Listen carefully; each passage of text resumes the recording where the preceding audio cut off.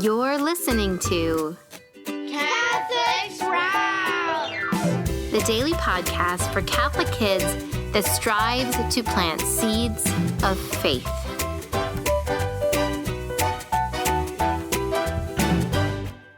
Hey there, Sprouts. Today is Wednesday, January 8th, 2025. Today is also the feast day of St. Atticus of Constantinople.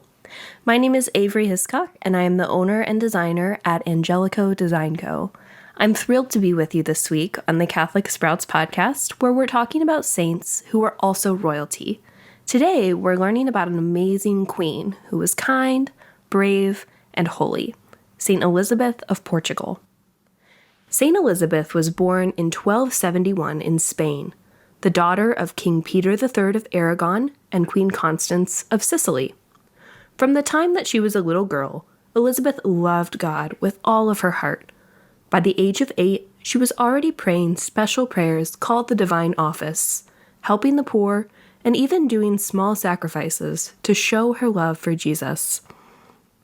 When she was just 12 years old, Elizabeth was promised in marriage to King Dinis of Portugal, and they got married when she turned 17.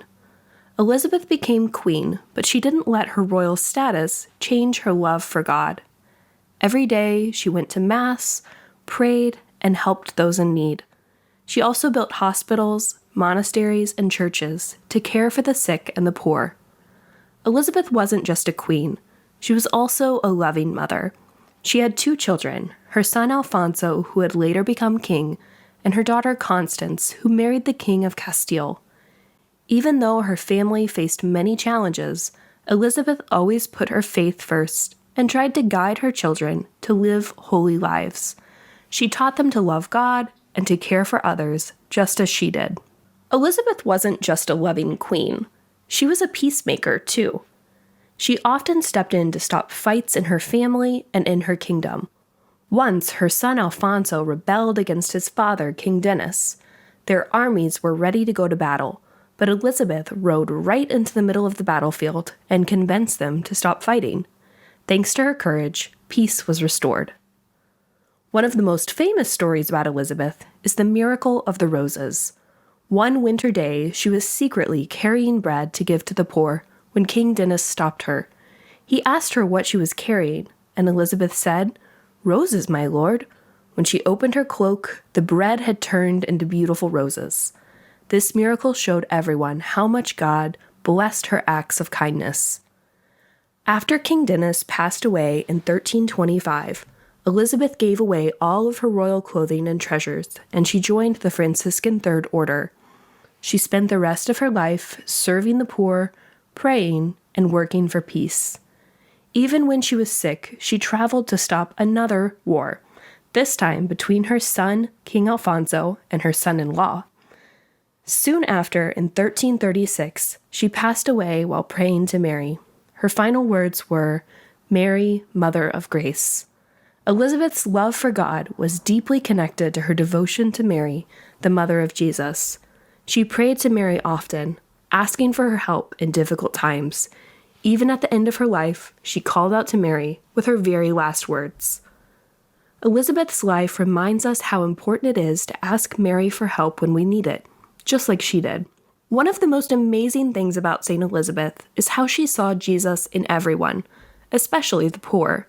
She didn't just send others to do good deeds. She served the poor herself. She washed their feet, cared for the sick, even kissed the wounds of people who were suffering. Can you imagine a queen doing that? Elizabeth also built hospitals and homes for orphans to make sure that everyone in her kingdom felt God's love. Today, she is the patron saint of peacemakers, and her story continues to inspire us. She teaches us that love, forgiveness, and prayer can bring peace to even the hardest situations. When we trust God, we can bring His light into the world just like she did. So Sprouts, what can we learn from St. Elizabeth?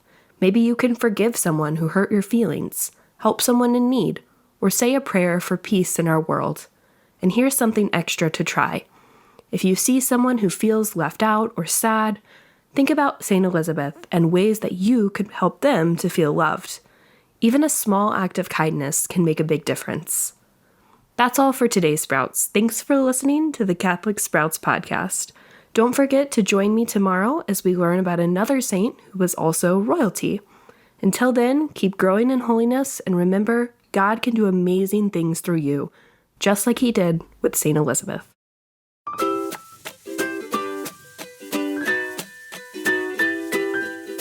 That's it for Catholic Sprouts today. We'll be back tomorrow, but until then, continue to grow in your faith and truly sprout into the beautiful creation that God created you to be. I'm Avery Hiscock, Catholic wife and mother, and owner and designer at Angelico Design Co. I've always loved creating, and after becoming a mom to little kids, I started designing Catholic kids' activities and gifts to help families like mine grow in faith and love for Jesus.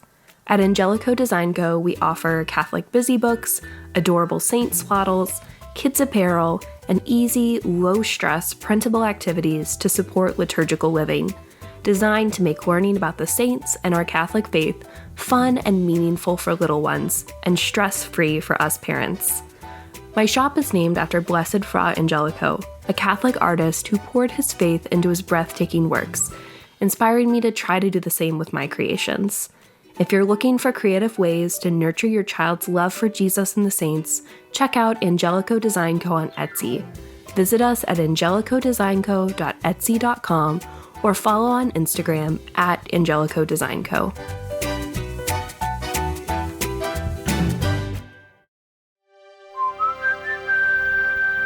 This podcast is part of the Spoke Street Network. For more great podcasts, visit spokestreet.com.